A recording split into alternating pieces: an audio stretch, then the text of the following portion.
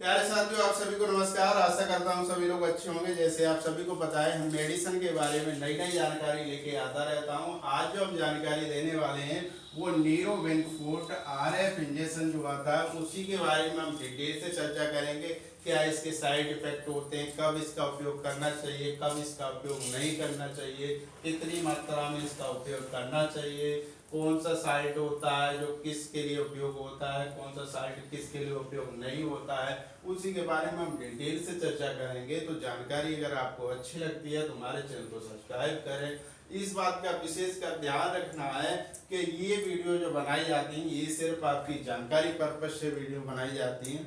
किसी भी मेडिसिन का इस्तेमाल खुद से ना करें, बिना डॉक्टर की सलाह के किसी भी मेडिसिन का इस्तेमाल ना करें। अगर आप वीडियो देखकर किसी भी मेडिसिन का इस्तेमाल करते हैं तो उसके लिए आप स्वयं जिम्मेदार होंगे। इस यूट्यूब चैनल की कोई जिम्मेदारी नहीं होगी। ये सिर्फ आपको जानकारी पर्पज से वीडियो प्रोवाइड कराई जाती है। तो विशेषकर इसका बहुत ज़्यादा ध्यान रखना है।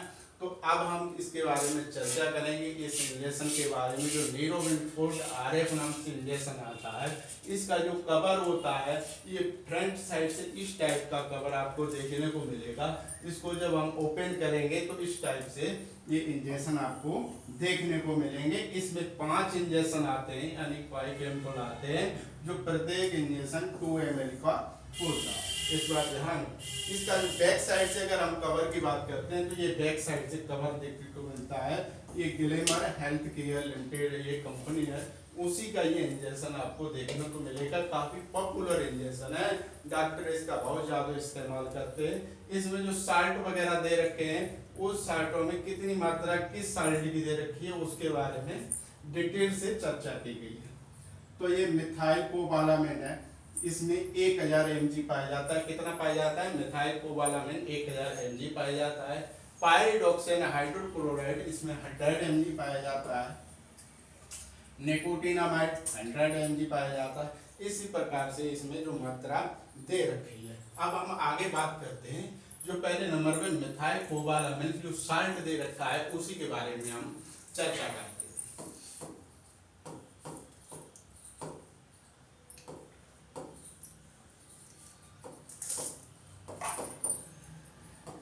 ये जो मिथाइल कोबालामिन है, मिथाइल कोबालामिन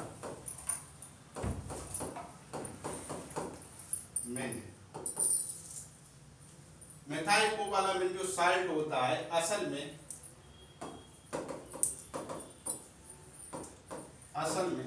विटामिन B12 का मुख्य रूप है। ये मिथाइल कोबालामिन होता है, इसमें कौन सी विटामिन पाई जाती है? तो आपको ध्यान रखना है, इसमें विटामिन B12 पाई जाती है। ये जो साल्ट होता है ये साल्ट किस कार्य के लिए उपयोग होता है उसके बारे में हम बताने वाले हैं। तो अगर आपके बॉडी के अंदर अगर खून की कमी हो गई है तो ये साल्ट खून की कमी को दूर करने के लिए इसका उपयोग किया जाता है। इसका मुख्य कार्य नसों को स्वस्थ रखना। किसके लिए इसका उपयोग किया जाता है? जो नसें वगैरह हैं उनमें दिक्कत अगर आ रही है तो उनको स्वस्थ रखने के लिए ये मिथाइल कोबालामिन साल्ट जो होता है उसके लिए उपयोग होता है। आगे हम बात करते हैं नेक्स्ट साल्ट के बारे में बात करते हैं। तो कौन सा है? Pyridoxine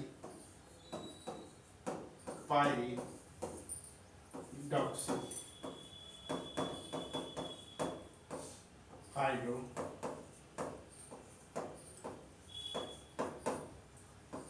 chloride.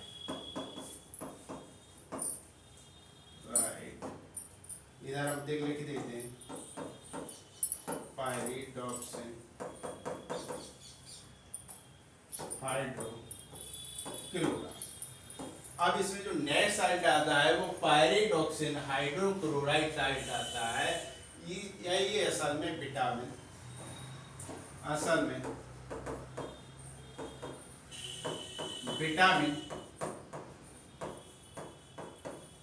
B6 का मुख्य रूप है।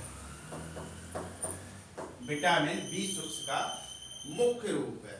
ये क्या होता है? पायरिडॉक्सिन हाइड्रोक्लोराइड होता है। इसमें कौन सी विटामिन पाई जाती है? तो इसमें विटामिन B6 का ये मुख्य रूप होता है। अब हम इसके बारे में बात करते हैं। पायरिडॉक्सिन हाइड्रोक्लोराइड होता है, ये हमारे शरीर के अंदर पोषक तत्वों की कमी को पूरा करता है। हम जो भोजन जो करते हैं वो खराब भोजन होता है, वो हमारी बॉडी के अंदर जाता है। साथ के साथ जो अत्यधिक शराब का सेवन या कुछ बीमारियों के कारण हमारे अंदर विटामिन B6 की कमी हो जाती है, जिससे हमारी बॉडी के अंदर बहुत सारी दिक्कतें होने लगती हैं। तो ये पायरिडॉक्सिन हाइड्रोक्लोराइड है, वो इन कमजोरियों को दूर करता है जो खराब भोजन की वजह से हुई है या अत्यधिक शराब के सेवन से विटामिन B6 की कमी हो गई है, तो उसको ये पूरी करता है। नेक्स्ट साइट के बारे में बात करते हैं। नेक्स्ट साइट कौन सा है? निकोटिनामाइड।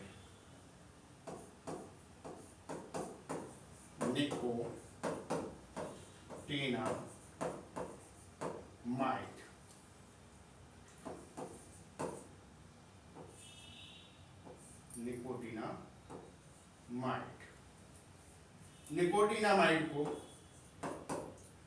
नियासिनामाइड भी बोलते हैं।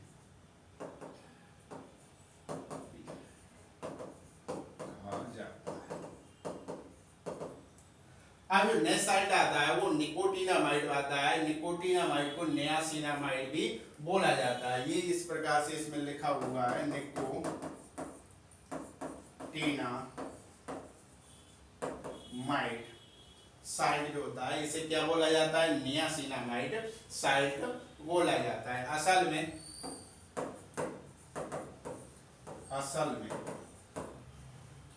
विटामिन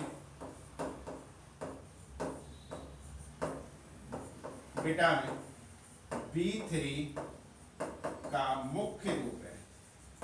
विटामिन B3 का मुख्य रूप है। इसका जो कार्य होता है, निकोटिनामाइड का जो कार्य होता है, जो हमारी जो त्वचा होती है, जो हमारे शरीर जो त्वचा होती है उसकी देखभाल के लिए इस साइट का उपयोग किया जाता है। ये साइट हमारी त्वचा की सेफ्टी को करता है। इसके बारे में हम बात करते हैं। यह शरीर की कोशिकाओं को स्वस्थ ऊर्जा प्रदान करता है। क्या करता है? ये शरीर की जो कोशिकाएं होती हैं उनको स्वस्थ ऊर्जा उत्पादन करने में मदद करता है। आगे हम बात करते हैं, ये त्वचा की देखभाल करता है। जो हमारी त्वचा के अंदर काफी ज्यादा स्किन या बहुत सारे चपटे वगैरह इस टाइप के हो जाते हैं, तो ये सभी को दोबारा रिपेयर करने का कार्य करता है। अब हम आगे बात करते हैं इसके उपयोग के बारे में।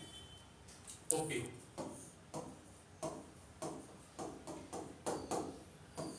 जब हम इसके उपयोग के बारे में बात करते हैं तो ये नसों की समस्याओं के इलाज के लिए इसका उपयोग किया जाता है। नसों की, इधर आपको दिख नहीं रहा होगा तो थोड़ा हम इधर कर लेते हैं। नसों की समस्या के इलाज के लिए, नसों की समस्याओं के इलाज के लिए, विटामिन बी की कमी को पूरा करने के लिए, विटामिन बी की कमी को पूरा करने के लिए इसका उपयोग किया जाता है। अगर दर्द से राहत के लिए, दर्द से राहत, जैसे गर्दन का दर्द है, गर्दन का दर्द, अगर गर्दन में आपके में दर्द हो रहा है या पीठ के निचले हिस्से में, पीठ के निचले हिस्से की नसों में दर्द, नसों में दर्द, खून की कमी अगर हो गई है, खून की कमी को दूर करने, खून की कमी को दूर करने। जब इसका हम उपयोग करते हैं तो किसके लिए उपयोग कर सकते हैं? नसों की समस्याओं के इलाज के लिए इसका उपयोग किया जाता है। विटामिन बी की कमी को पूरा करने के लिए, दर्द से राहत के लिए, जैसे गर्दन में दर्द है या पीठ के निचले हिस्से में दर्द है, नसों का दर्द है या खून की कमी हो गई है, तो उसमें उसकी वजह से, तो उन सभी की वजह से अगर ये समस्या हो रही है तो उसका उपयोग तब हम करते हैं। अब लक्षणों के बारे में हम बात करते हैं। तो लक्षण अगर आपको ये देखने को मिलते हैं, लक्षण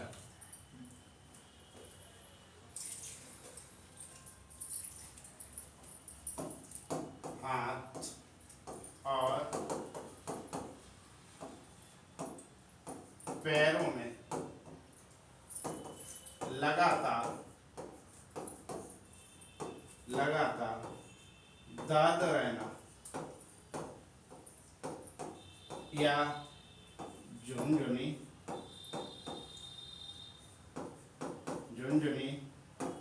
सुन्नपन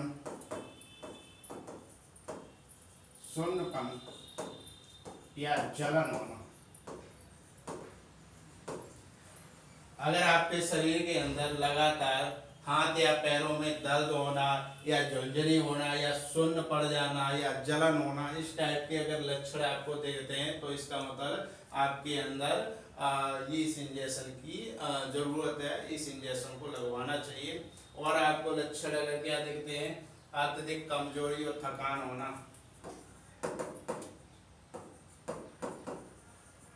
अत्यधिक कमजोरी और थकान होना,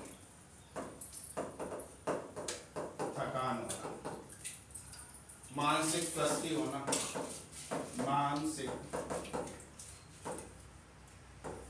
स्वस्थी,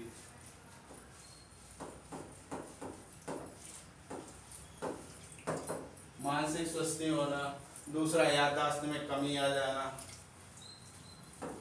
याददाश्त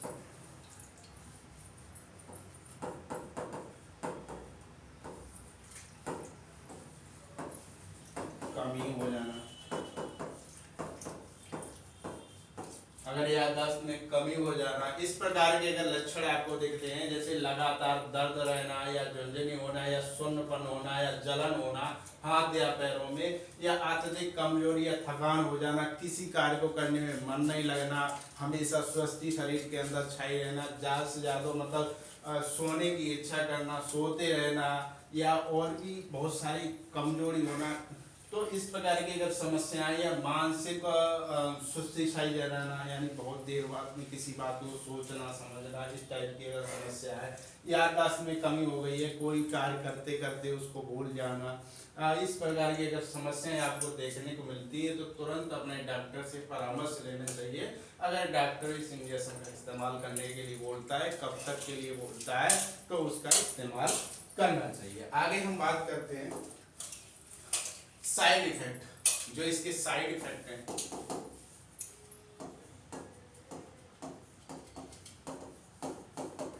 जब हम इसके साइड इफेक्ट के बारे में बात करते हैं तो उल्टी होना,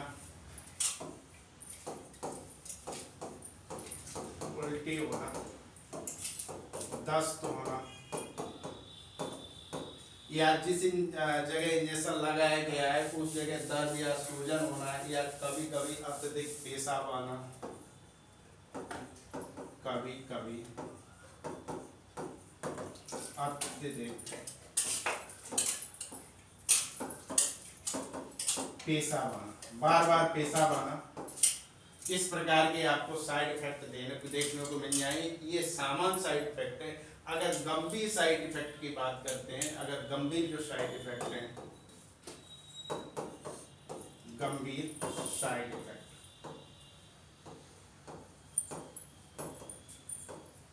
तो जब हम गंभीर साइड इफेक्ट की बात करते हैं तो क्या होता है, जो एलर्जी होती है, एलर्जी गंभीर प्रतिक्रिया, एलर्जी गंभीर प्रतिक्रिया,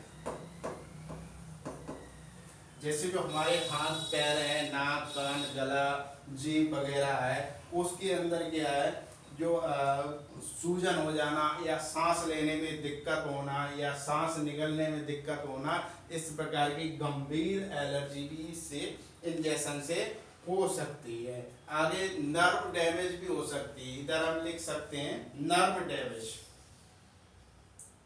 नर्व डैमेज,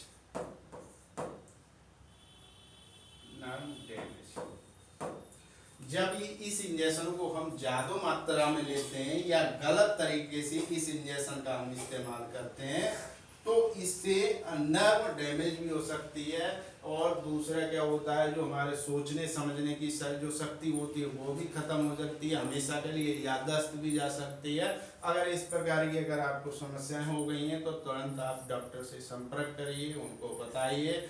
और आज की वीडियो को हम यहीं तक रखते हैं। वीडियो अगर आपको अच्छी लगती है तो आप हमारे चैनल को सब्सक्राइब जरूर करें, शेयर भी करें और लाइक भी करें। चलिए, धन्यवाद, थैंक यू।